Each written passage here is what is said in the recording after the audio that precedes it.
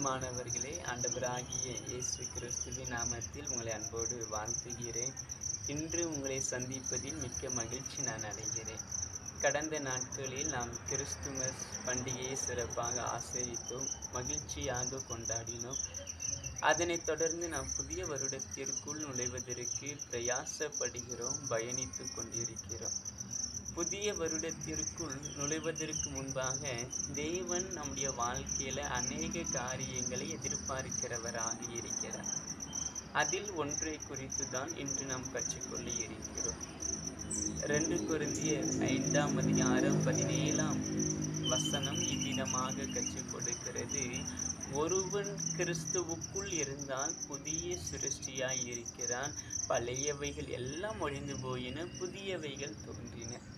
ஆண்டவர் எதிர்பார்க்கிற ஒன்று, புதிய சிருஷ்டியாக நாம் வாழ வேண்டும். புதிய சிருஷ்டி அப்படின்னா என்ன?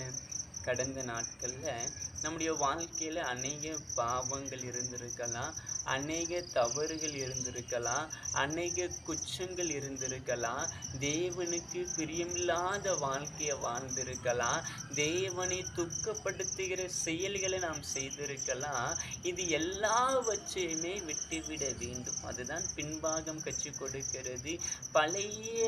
பழையவைகள் எல்லாமே ஒழிந்து போயின. இந்த வருடத்தில் இருந்த எல்லா அக்கிரமத்தையும் விட்டுட்டு புதிய வருடத்திற்குள்ளாக புதிய சிருஷ்டியாக நாம் நுழைய வேண்டும் என்று ஆண்டவர் எதிர்பார்க்கிறார். புதிய சிருஷ்டி நிறைந்த வாழ்க்கையை எப்படி நம்மளால வாழ முடியும்?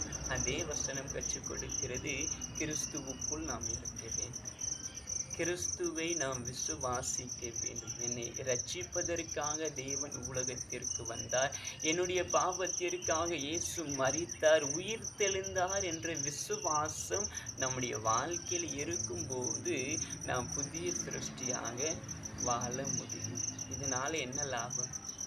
நான் புதிய சிருஷ்டியாக வாழ்வதனால என்ன லாபம் இருக்குது? ரோமர் 6ஆம் அதிகாரம் கற்றுக் கொடுக்கிறது, நித்திய ஜீவனை கொடுக்கிறவராக இருக்கிறார். பிரியமானவர்களே, நாம் புதிய சிருஷ்டி நிறைந்த வாழ்க்கை வாழுவோம், புதிய பாதையில் நாம் பயணிப்போம். இந்த வருடத்தில் இருந்து எல்லாவற்றையுமே விட்டுவிட்டு தேவனுக்கு பிரியமான காரியங்களை நாம் செய்வோம்.